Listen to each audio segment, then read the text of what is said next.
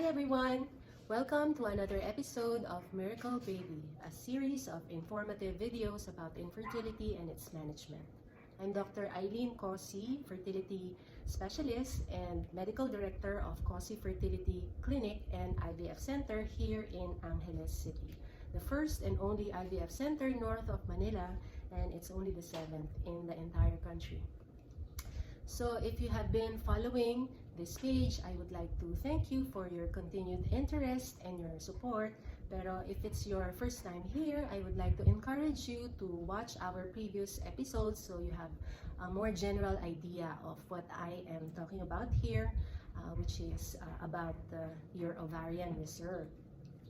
So kung nanonood ka ngayon at ikaw ay isang millennial, then chances are you wanna have it all. That's the reason why you are watching this video. Ibig sabihin, probably may boyfriend ka ngayon pero ayaw mo pang mag-asawa, o kaya nag-asawa ka na pero ayaw mo pang magkaroon ng baby right away because you want to finish muna your studies or you want to be focus more on your career and you want to be financially stable before you try to have a baby or two. The other possible reason is gusto mo nang magka-baby, you are ready, pero wala ka namang partner ngayon. Either kaka-break nyo lang ng iyong long-time boyfriend at of course, you don't want to jump into another relationship very soon dahil just to have a baby or talagang hindi po pa nami-meet si Mr. Right at ikaw ay masyadong pihikan. Or ikaw naman ay one of the lucky ones or the fortunate ones na kahit na nasa late 30s ka na or early 40s ay na-meet mo pa si Prince Charming, and of course you want to find out kung ano yung mga chances of you getting pregnant right away and what are the options available to you out there. So all these worries or these apprehensions are not unfounded. Ibig sabihin talagang may reason para ma-concern tayo kung tayo ay maghihintay pa at a later age before starting a family. Because there is really an age-related decline in the fertility. And the reason is because of yung number of eggs ng isang babae ay finite. Ibig sabihin, hindi ito kagaya ng lalaki na kahit na 60 years old, 70 years old, nagpuproduce pa sila ng sperm at they can still impregnate a woman at that age. Ang mga babae po, since the time na pinanganak tayo, ay nasa atin na yung lahat ng itlog na mapuproduce natin within our lifetime. So habang nasa sinapupunan tayo ng ating nanay, actually we have about 6 or 7 million eggs in our ovaries. Pero by the time na pinanganak tayo, nasa around 1 or 2 million na lang to. Pag nag-start tayo mag-menstruation, nangangalahati na lang to, mga 400 or 500,000, and it rapidly declines at the age of 35.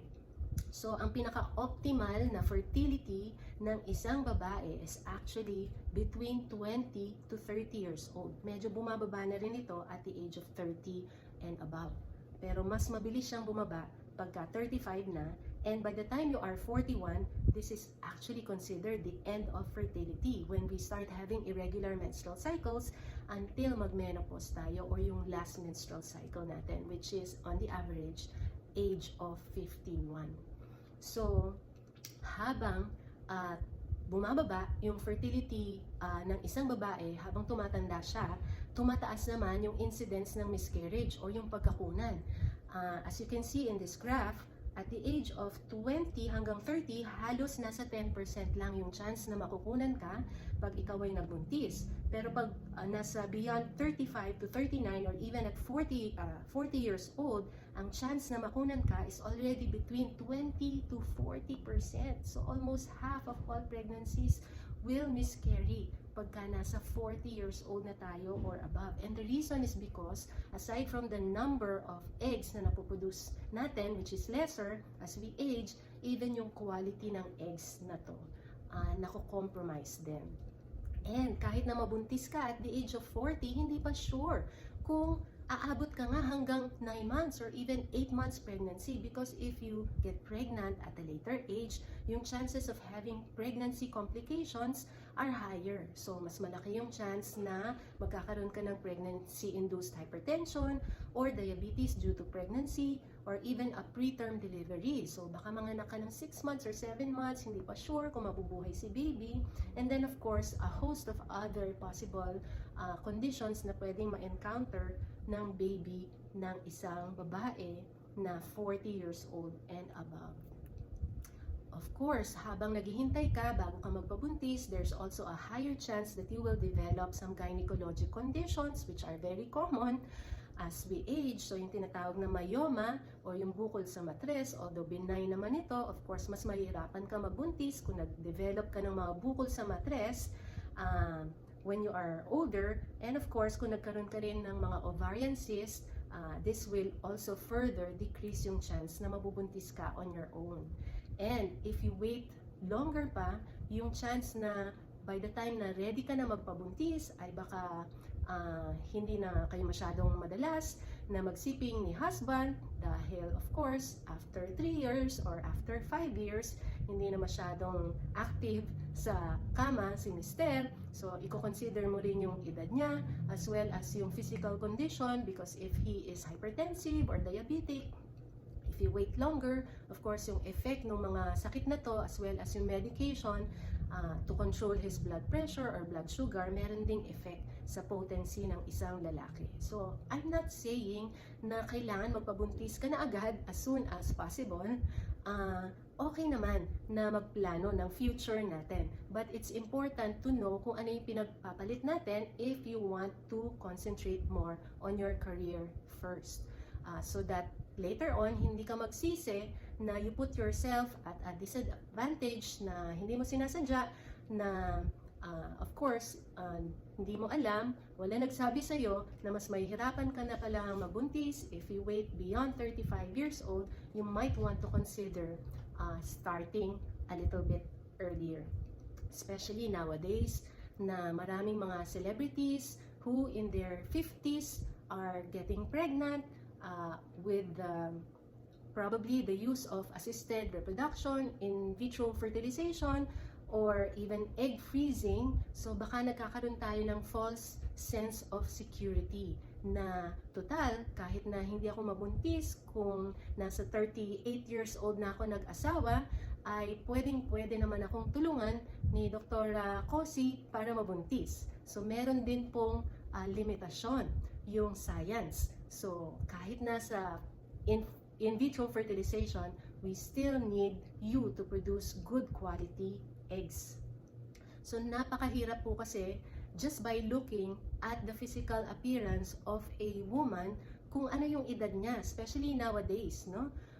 So just like this picture tells us, parang magkapatid lang itong dalawang babae na to, and yet mag-ina pala sila, no? So a 20-year-old daughter will look almost the same as her 40-year-old mother. Pero pag tinignan mo ang kanilang mga ovaries, ibang-iba ang itsura nila. So ang isang 20 or 30-year-old, ganito ang itsura ng kanyang ovaries pag na-biopsy, napakaraming mga small follicles na nagde-develop in different stages of development. This is equivalent to around 240,000 eggs or around 12% na lang ng original number of eggs na nakuha niya nung siya'y pinanganak. Whereas, ang isang 40-year-old, ganito ang itsura ng ovary. Napaka-konti na lang ng mga follicles na makikita sa ovaries niya pag binayopsy ito. So, this will amount to only about 3% ng original number of eggs niya. So, naturally, alam natin na ang genes natin, ang lahi natin ay merong kinalaman sa ating fertility. So, kung ikaw ay lahi ninyo na nahihirapan talaga magbuntis, ang mga tita mo or ang nanay mo, nahirapan siya magbuntis sa'yo, ikaw lang mag-isa sa pamilya, you might want to try to get pregnant right away or at least magkonsulta agad sa isang infertility specialist. Aside from genetic factors, ang mga lifestyle factors also important. So kung naninigarilyo ka, nakakalahating pack ka ng cigarette in one day, expect mo na mas maliit din ang ovaries mo compared to another woman of the same age dahil mas madali kang maubusan ng itlog. Or baka if you wait later on, you might develop a condition that will necessitate either surgery or chemotherapy or radiotherapy. Wag naman po sana. Pero of course, these are real possibilities as we age. So pagka nag-undergo tayo ng mga ganitong therapies or nagkaroon tayo ng sakit, naoperahan tayo, nagkaroon tayo ng infections, nakakadagdag ito dun sa pag-deplete ng ating mga itlog sa ovaries natin. So if you remember from my previous videos, na-explain ko po kung ano yung mga factors or yung mga requirements para mabuntis ang isang babae. Of course, one of them is kailangan mangitlog ka pa rin. Whether it's by natural conception or by assisted reproduction, we still need you to produce eggs. So kahit na alam natin isa lang ang lumalabas na itlog sa ovaries natin every month, actually marami ang nasasayang. Dahil marami ang nare-recruit, pero isa lang ang nagiging dominant follicle para ma-release. So, usually, nase-select yung best egg para yun lang ang mag-ovulate in one cycle. So, as you can see, maraming mga reasons para pumunta sa isang infertility specialist ng mas maaga. So, hindi kailangan maghintay ng isang taon. Although alam naman natin, we want you to try to have regular unprotected intercourse, ibig sabihin 2 to 3 times a week for at least 1 year bago ka magpa-check up, kasi that's the definition of infertility. Pero one of the criteria para magpa-check up ng mas maaga is kung ikaw ay 35 years old na or above.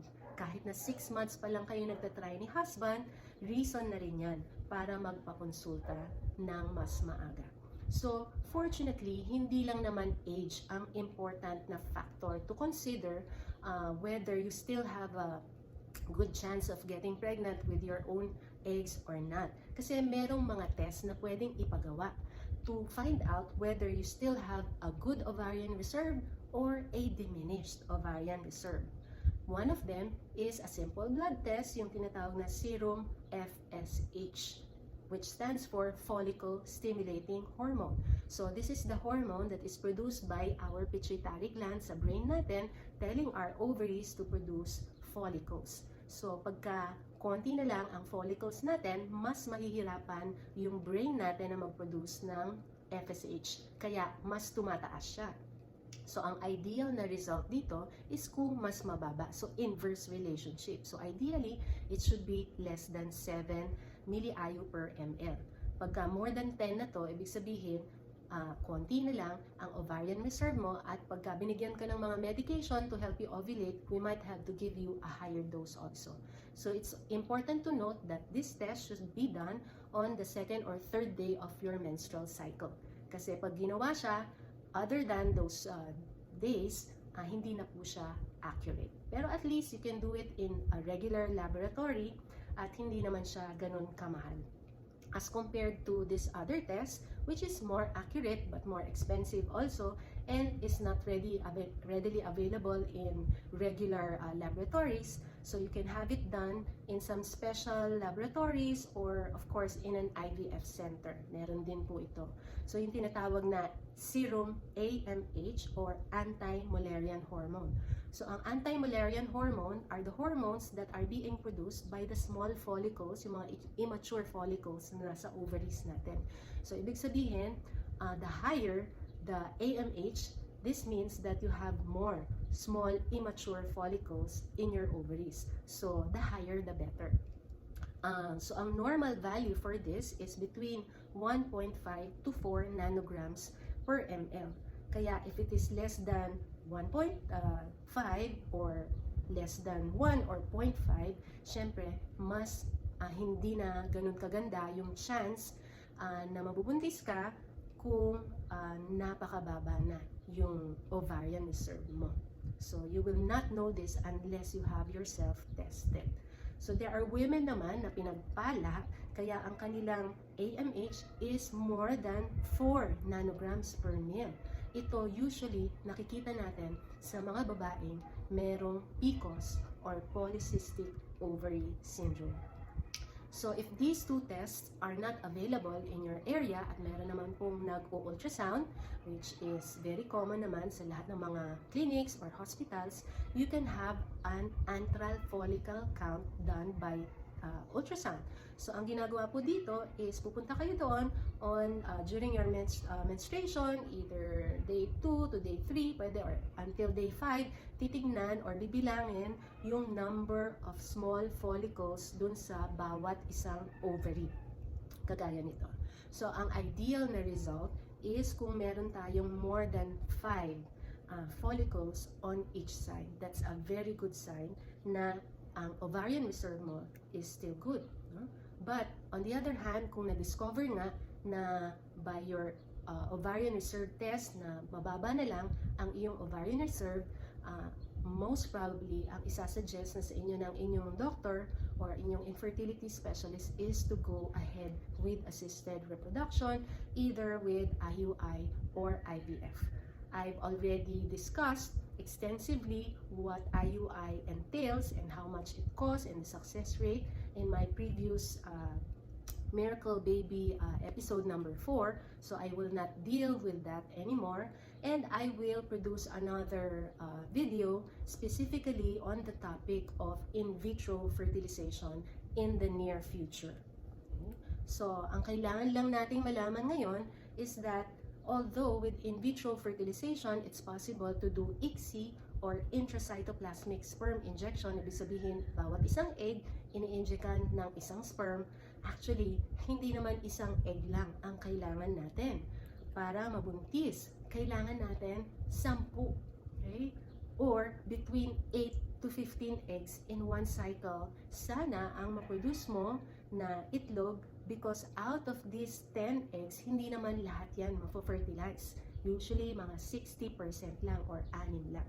Of course, if you produce lesser number of eggs and therefore lesser embryos, lesser yung chance na mabubuntis ka as compared to kung naka-10 itlog tayo at naka-6 tayong embryos na itatransfer natin dalawa-dalawa in 3 cycles. Of course, aakyat yung ating success rate from probably 30-40% per cycle up to as high as about 60% per cycle. So, paano naman kung ikaw ay ready na magpabuntis or magkapamilya pero hindi mo pa nami-meet si Prince Charming? And you are concerned na habang nagkakaedad ka is baka na bumababa ang chance na mabubuntis ka pa.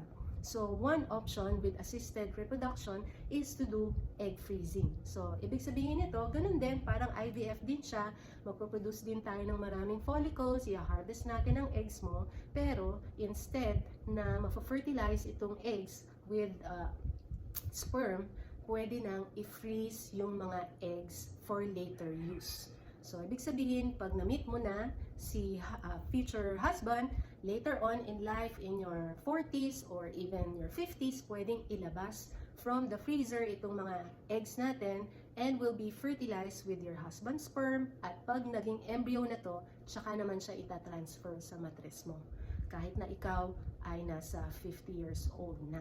But as I said, be wary if you want to get pregnant at a later age. You have to make sure that you keep yourself healthy in order to prevent yung mga possible complications ng having a pregnancy beyond the age of 40. Okay. So, syempre, merong mga benefits kung mag-freeze ka na ng egg ngayon in preparation for future pregnancy, dahil sa Pilipinas, it's impossible to have donor eggs. Not like other countries, common practice po yan, pagka isang babae na 45 years old, hindi na nangingitlog even with high doses of medication, they just get eggs from another younger woman. So sa Pilipinas po, hindi po inaalaw ito, kaya as much as possible, we want you to get pregnant with your own eggs. So there's a possibility of being a genetic parent using your frozen thawed eggs, and of course this will reduce the risk na magkakaroon kayo ng baby na merong congenital anomaly, dahil mas maganda yung quality ng eggs if you are younger when you freeze them. No?